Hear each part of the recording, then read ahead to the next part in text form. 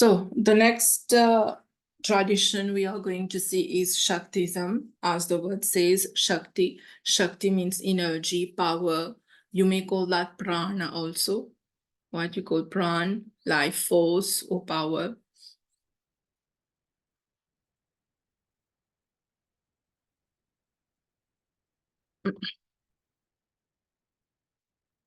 So we may call that pran.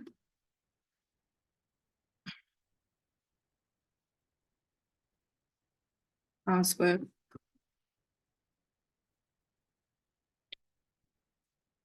Or simply power or energy. So Shakti, who is Shakti? We always say Shakti means the feminine aspect, right? The feminine aspect, that is the goddesses that we know in the Hinduism, right? So here in this cult, in this sect, the people who pray Shakti, the Shakt, those who pray Shakti say the Shakt, they consider goddess to be the supreme. Like in the Vaishnava tradition, they consider Vishnu being the supreme. And here goddess is the supreme. But now it can be any form of the goddess.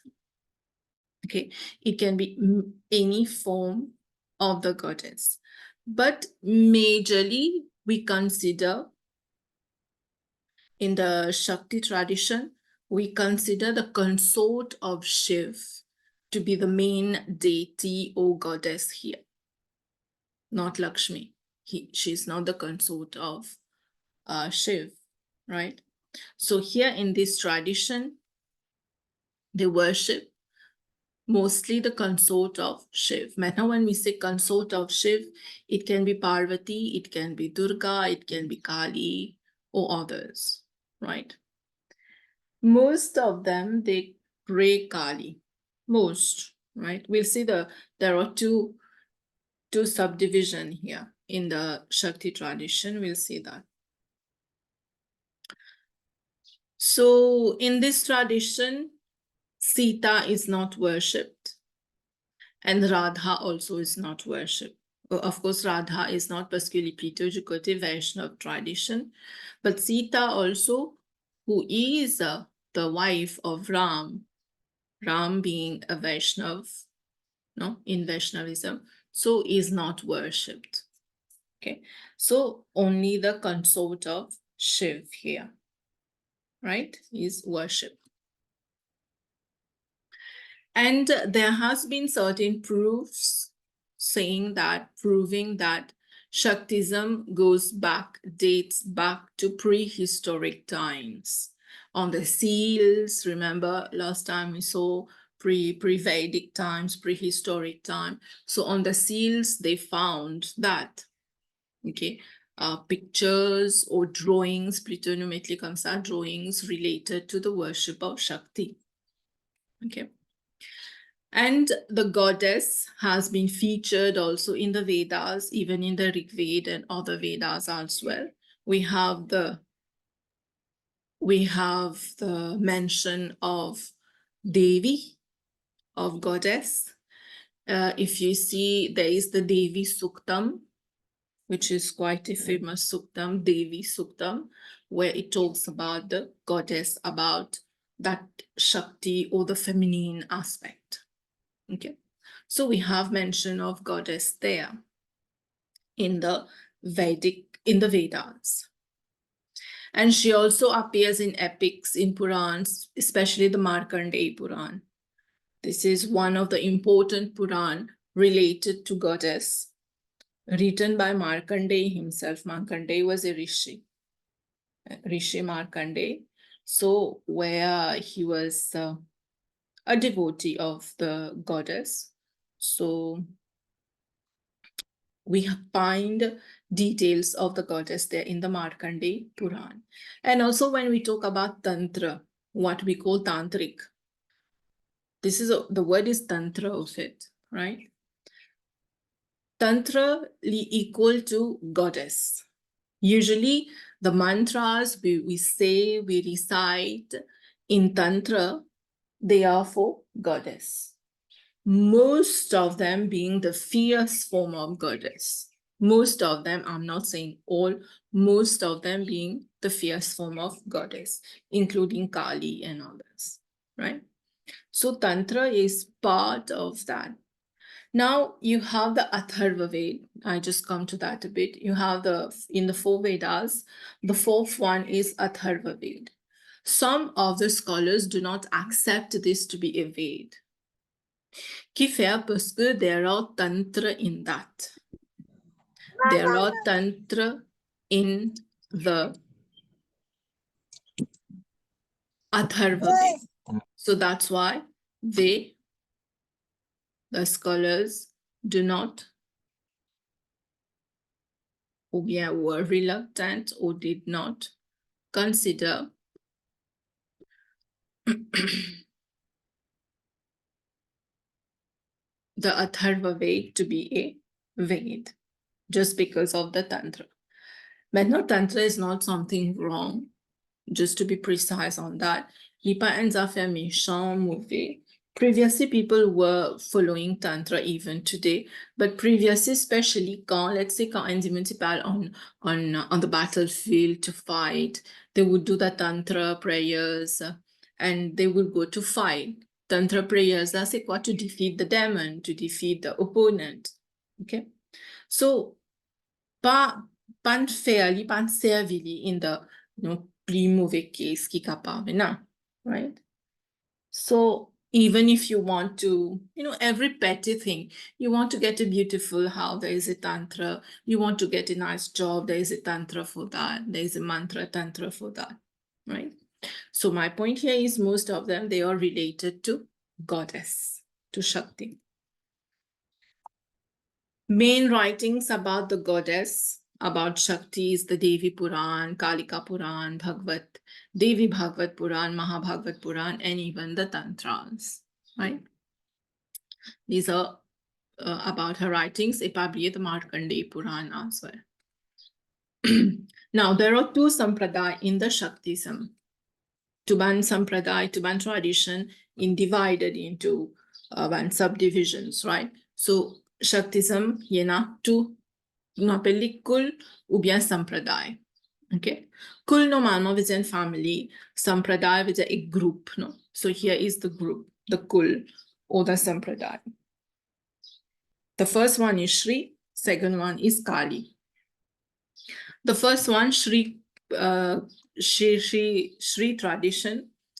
Shri here is not Lakshmi.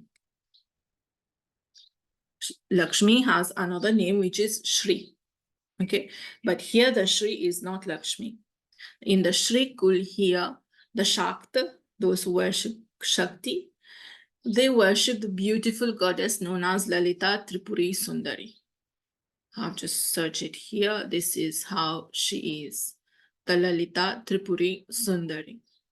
Qui faisait worship Lalita, goddess Lalita, to defeat enemies. Let's say you have an enemy quelque part, il peut faire audito, casser comme si, right? To defeat enemies, for prosperity, for beauty, for health, we pray her. Okay? Lalita, goddess Lalita.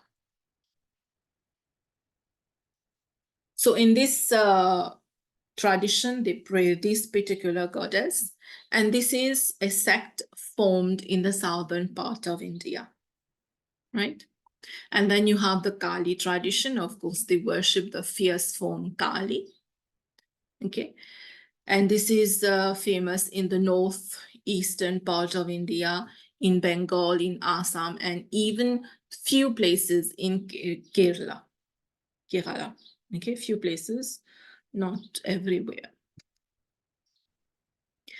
And the main deity here, as the name says, is Kali, but other forms of Durga also, which is Chandi, Bhim, Durga, Tara, and others. So here they worship the fierce form. In the Shri tradition, they are not worshipping the fierce form. Lalita Sundari is not fierce at all, right? So, but in the Kali tradition, they worship the fierce form of goddess, right? Now, Calcutta is known to be a great place where they worship Kali. Okay, great devotees of Kali. They celebrate the Durga Puja with great pomp there, right? With great enthusiasm.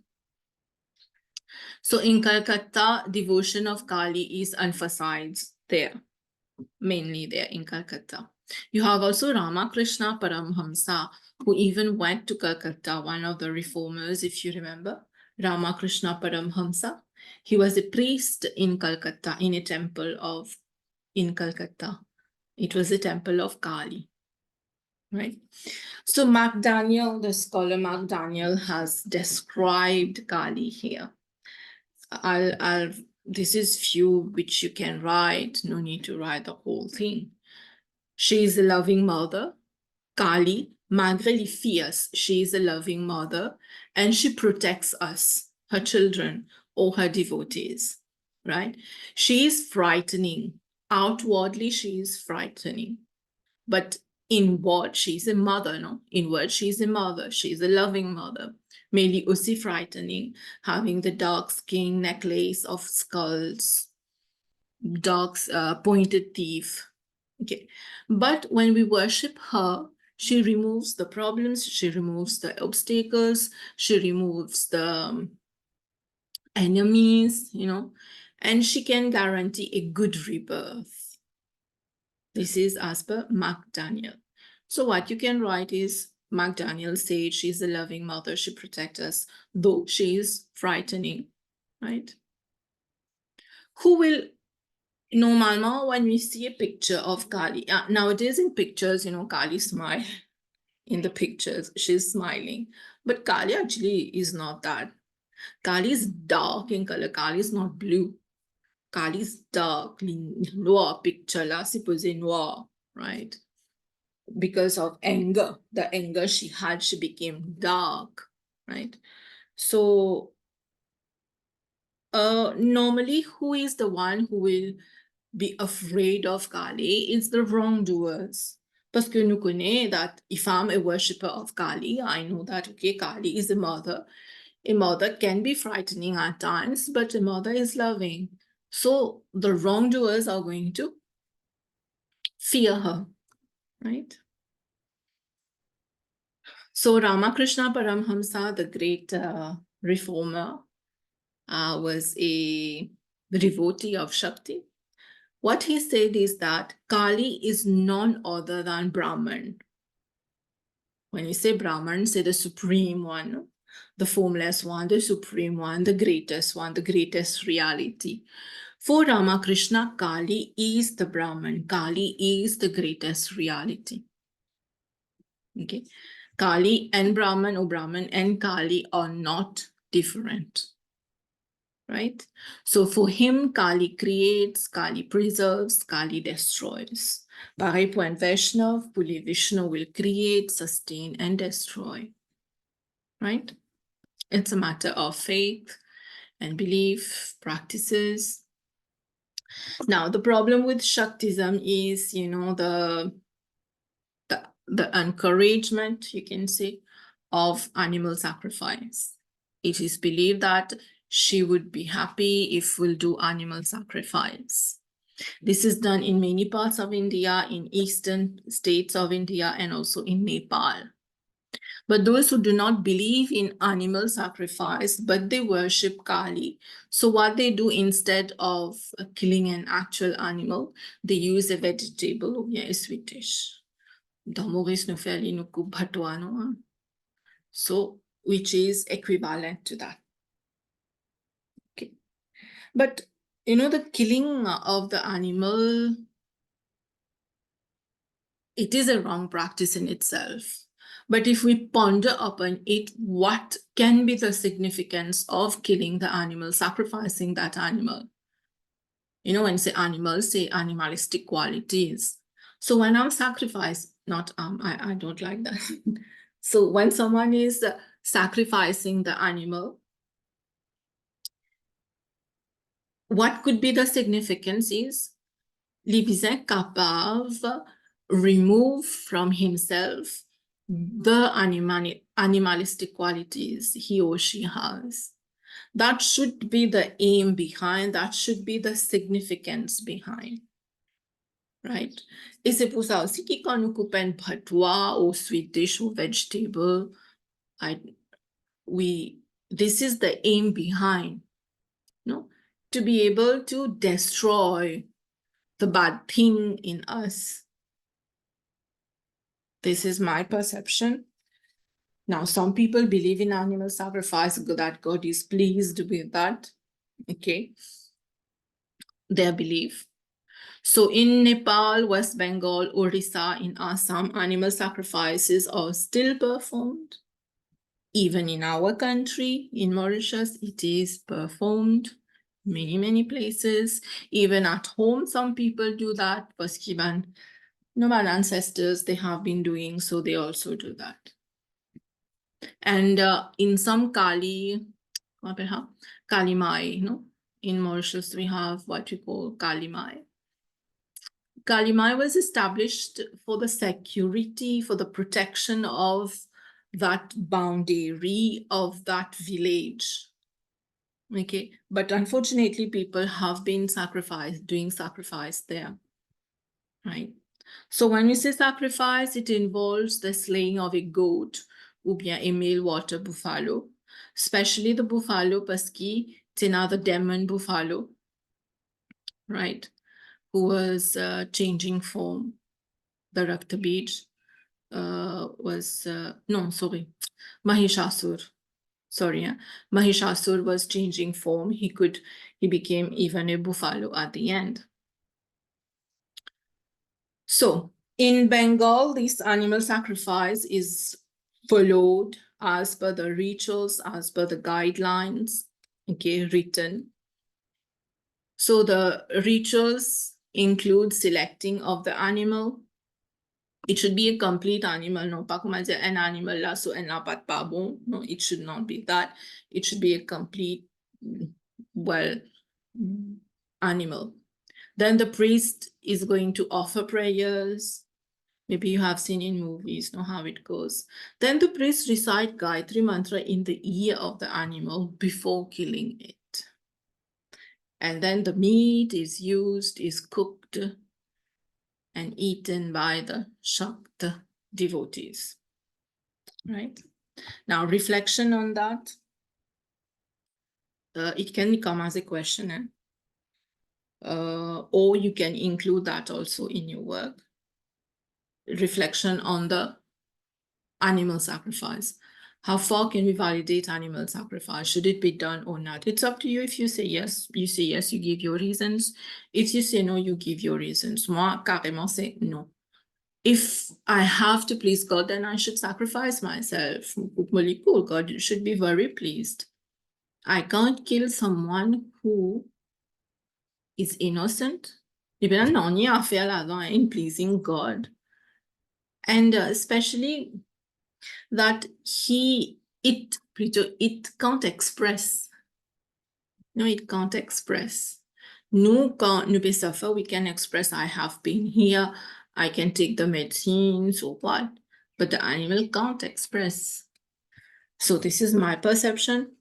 So here you can include, if your perception is like mine, you can include that karuna is basic, is important value that we need to have. Karuna with a compassion. Compassion towards all beings is real spiritual discipline, is dharma. Okay, you can add that to your work as well. So I was telling you about the Devi Suktam in the Rig Veda, where it says, I am the queen of the universe, I give wealth, I am the all-knowing one, right? So this is part of the Rig Veda, this is the proof of it. Now we move to smartism. Et on appelle ça smartism, smartism. It's smartism, right? So what is smartism? It is a sect which is believed to have been founded by Adi Shankaracharya. Okay, the guru, the spiritual teacher, Adi Shankaracharya. But it even existed before Shankaracharya. It existed before Shankaracharya, but not in a proper way, not in a proper system. If you see the concept of Ardhanarishwar,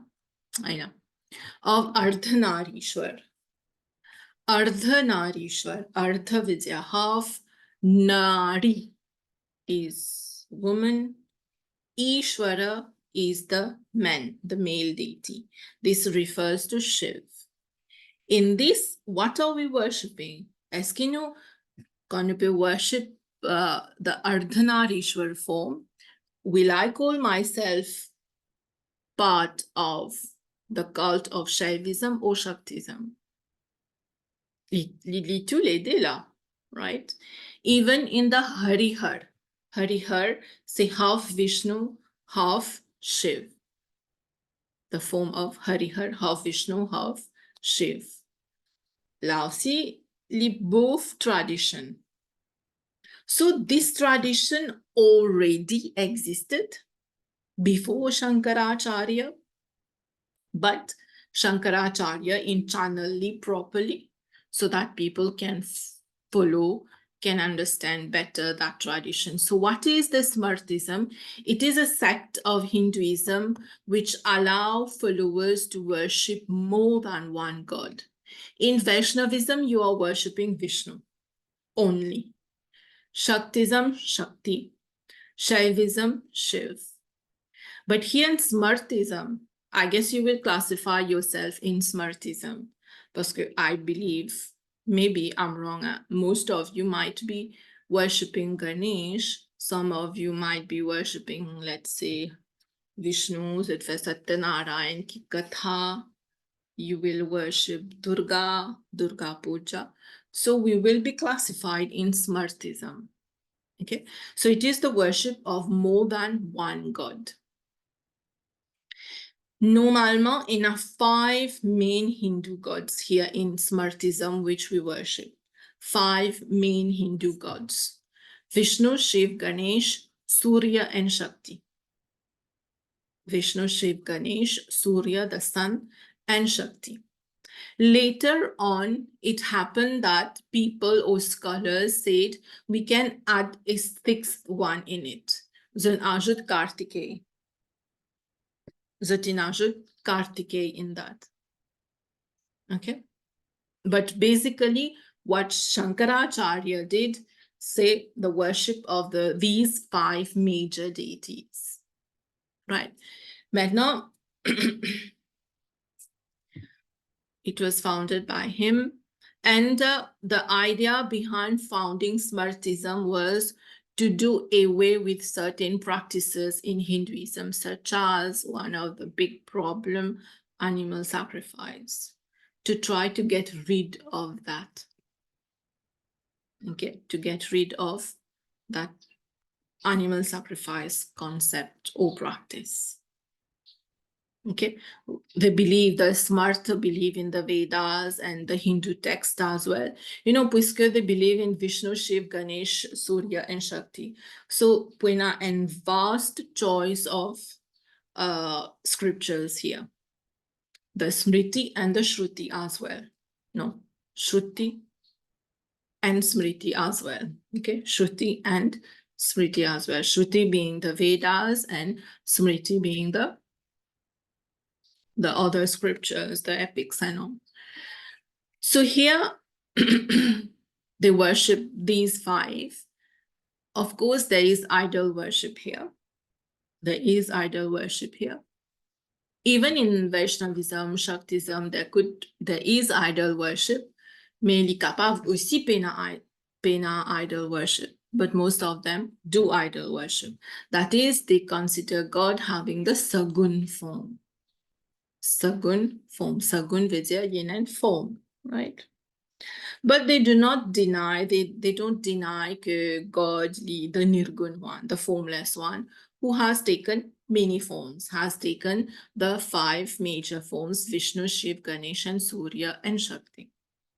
But how they worship this now? tous les 5. Of it, what they do when they are going to do the prayer, the puja, one God will be the main deity here. Fait que my dear, I went in preference for Shiv. Okay, so Shiv will be the main deity. Shiv in the form of a picture, ou bien a murti, ou bien comment nous faire un coucou and kalash, no? Will be placed in the middle. Will be placed in the middle. Et autour de lui, dans 4 coins, ou bien autour de lui, pointant the other 4 images of God, something to represent that God. Okay, the 4 images of that God. This is how it is done. If Ganesh is the main deity, Ganesh will be in the middle, and the other 4 will be on the side. So they worship. Okay, I think I classify myself in the smartism because we try to do everything that comes in our way. Right? So their belief is the Vedas, they believe in the Vedas, in the sacred Hindu text, and they also abide by orthodox Hindu philosophy. They are a bit orthodox people, the smartism, the smarta. Right? So smarta Hindus view the different manifestations of God as equivalent.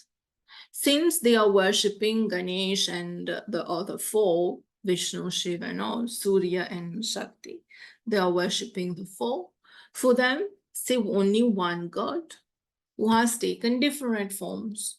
But a Vaishnav is not like that. A Vaishnav, Vishnu is the one, the main one. Right? And there's no other God. Ubiani people consider others as demigods. But here, they are one God, but in different forms. God has taken these different forms. What we say, ekam sadvipra bahudavadanti. Right? So it's a sect, nous appelions un petit peu plus liberal, parce que in an amalgam here, you know, people of praying Vishnu and Ganesh and Shiv can be together, right? They can be together. And this smartism began in the Gupta period. If you remember, we talked about those period, the Gupta period, where the Guptas were the rulers in India, right? And was dominated by the Dwij classes.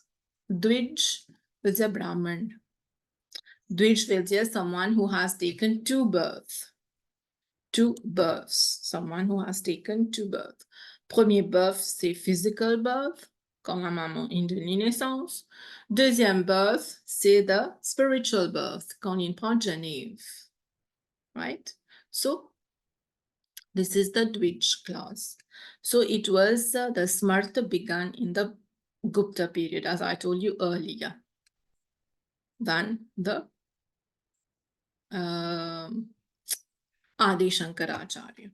So they accept the Vedas, they accept the concepts of the Atman and Brahman, right? Their belief is the same. Pareil comme un Vaishnav so believe, Lipu believe the same thing. They believe the same, right?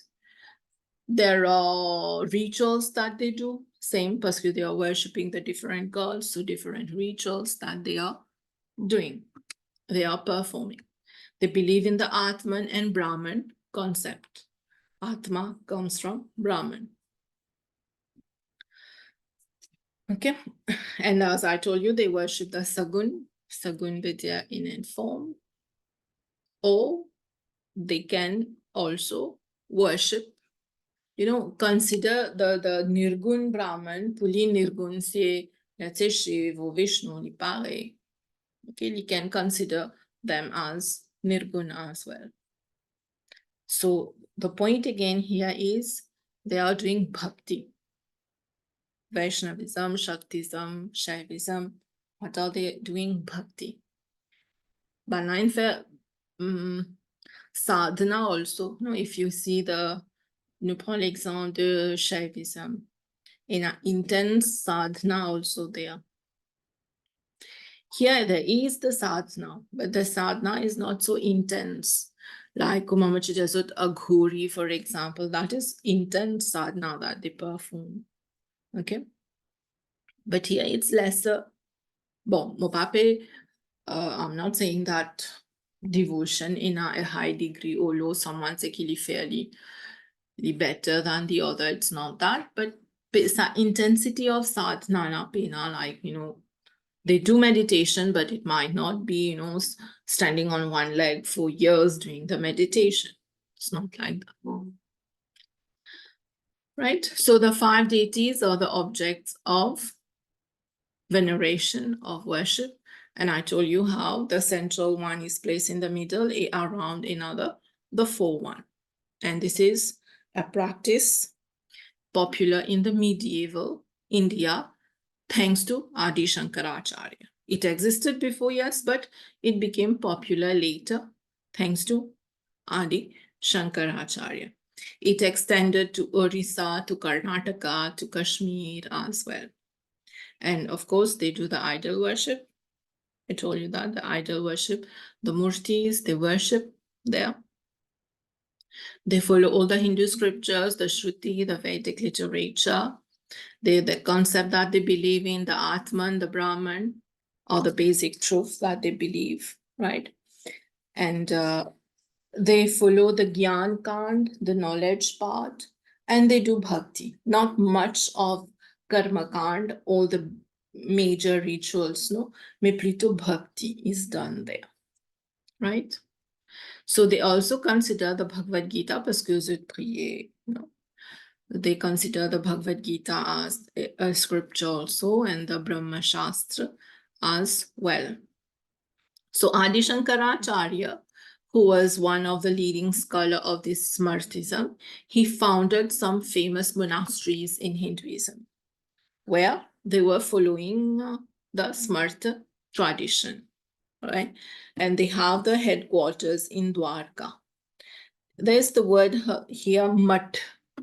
Okay, matha se man and Sanskrit word for sampradaya also. Okay, mat. It can be a group, a sect, right? Mat. So it exists still today, which Shankaracharya founded. So this is the smartism. Remember, when you're reading or doing your work, Vaishnavism, Shaivism, Shaktism, Smartism, you may get question on one of these, or there can be comparison, okay? Et surtout s'il y a une question, le Smartism, which will involve the 5 deities, right? Now, how you classify Hinduism here? Will you say Hinduism is Vaishnavism, ou bien equal to Shaivism, Shaktism, or Smartism? Okay. Mainly, it will depend on practice, on belief. If your belief is Vishnu is God, you are a Vaishnava. For you, Hinduism, you Vaishnava. No? So the thing is, Hinduism is vast. Again, that word Hinduism is vast, the big umbrella, no? Where we have all those traditions and you're free to choose to follow which one you want. Which one is better? You should think in that direction also. Which one is better? Obviously, we can't say one is better than the other. If we have many paths leading to Port Louis, which one is better? Your destination, you will reach Port Louis, no? Whichever way you opt, you will reach Port Louis. So the traditions also are like that, the theistic traditions. Whichever tradition we opt for, we are going to reach. If followed, of course, properly with devotion, determination, bien sûr, that will be the condition here. So we are going to reach our aim, liberation, or you call it reach heaven, or you call it reach God, whatever. We are going to reach there. So none can be said to be superior than the other. Again, I'll say it depends on practice of the person, of the individual, the belief of the individual. So none is more superior than the other. Maybe here you can include that people who follow the shaktism, some of them, they follow the animal sacrifice, which you might not consider to be proper, parce que nous faisons compassion, karuna, daya, pity, we need to have all these for God. For God, I mean for animals, for nature, right? Parce que like Krishna said, God is in everyone, God is in everything, right? So you need to think in those directions. Les pas drôle qu'ils se gagnent question, which tradition is better than the other, or yeah, the most important. So you should be ready for that. Okay.